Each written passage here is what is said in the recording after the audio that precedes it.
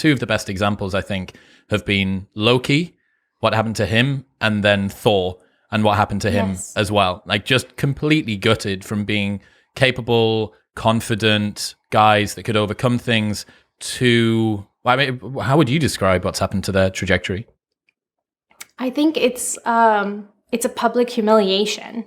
I think to me, the way those characters got written and how they evolved from, let's say, their initial introduction onto the screen, it felt as if the writers were exacting some form of revenge on these characters, and taking all of the things that made them exciting, interesting, to let's just make them really stupid and let's eclipse them with their obvious counterparts that are going to be better than them, right? And that's the female version. There's a female Loki, there's a female Thor. And I think it was less obvious with Thor, where they just, where Jane wasn't necessarily a bad character in the way that she was written or anything like that, but they just really dumbed down Thor. His outfit, his hair, the fact that he grabs his hammer his hammer, and it looks like a witch's broom, and he rides it. It was such a farce to take a man that is supposed to be this god, right? And to completely make him this joke.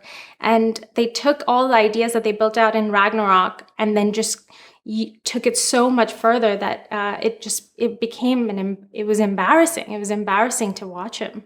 What about Loki?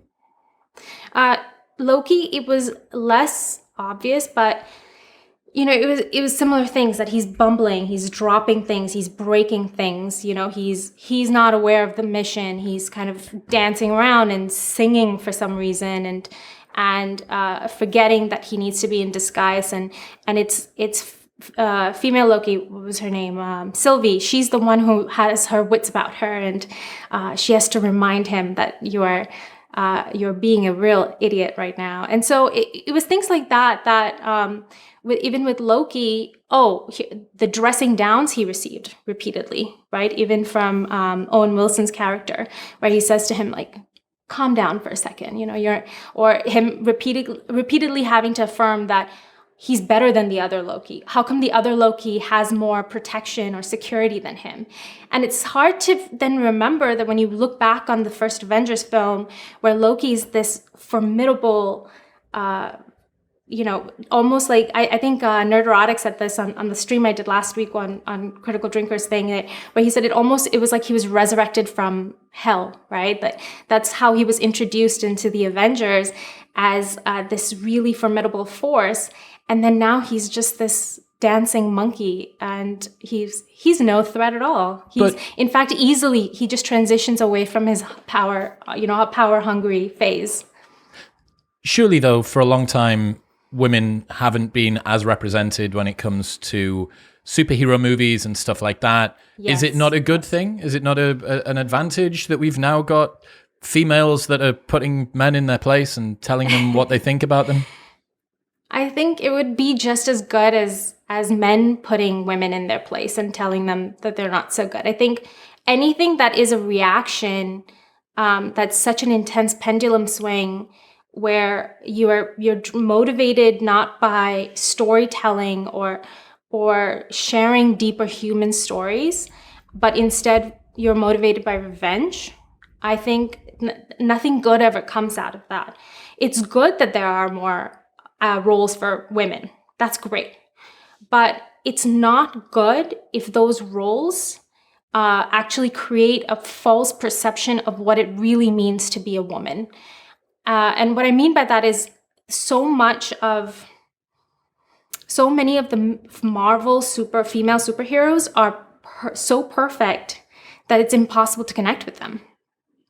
It's impossible to know. A deep connection with a character comes from seeing yourself in that person's place. And if you do connect with these people, you think your life is perfect, and you think that anything wrong that goes in your life is undeserved, right? And that's a lot of the way that these stories are written, is that there's not the traditional hero's journey. There's not the development of the power. It's more of like, you're born, you have the power.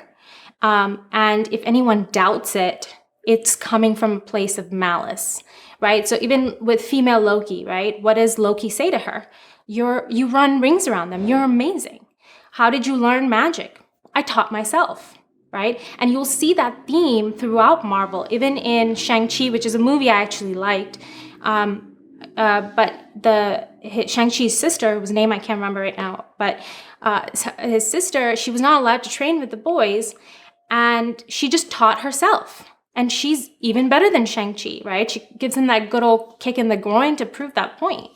And I think what would traditionally happen is that if someone taught themselves anything, the idea would be that they have major holes in their knowledge, that then they would basically suffer consequences for not knowing about those gaps, and then have to fill that in and then excel to that next level. But that doesn't happen. An example of that might be the classic MMA underdog story where the guy gets angry because the bully beat him up or stole his girl, and he goes and kind of learns on his own, but goes into a MMA gym finally to find out that he doesn't know grappling or he doesn't know Brazilian Jiu-Jitsu. He has the gumption and the motivation to go and do the thing, but he needs to discipline it. He needs to be able to wrangle it within the existing format. So there's this sort of wild brilliance that people come in with, but it still needs to be honed in that way. Yet it seems that it's something that is self-generated at the moment, is already perfect. It blooms and blossoms into something that was better than it ever could have been. Right. No, that's exactly right.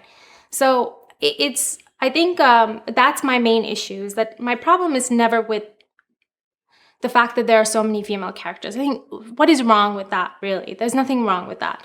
I think it's that it's rooted in an understanding of people that's not accurate, and it's espousing a sense of entitlement that's not good on an individual level.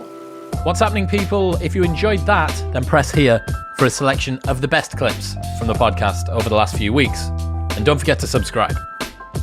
Peace.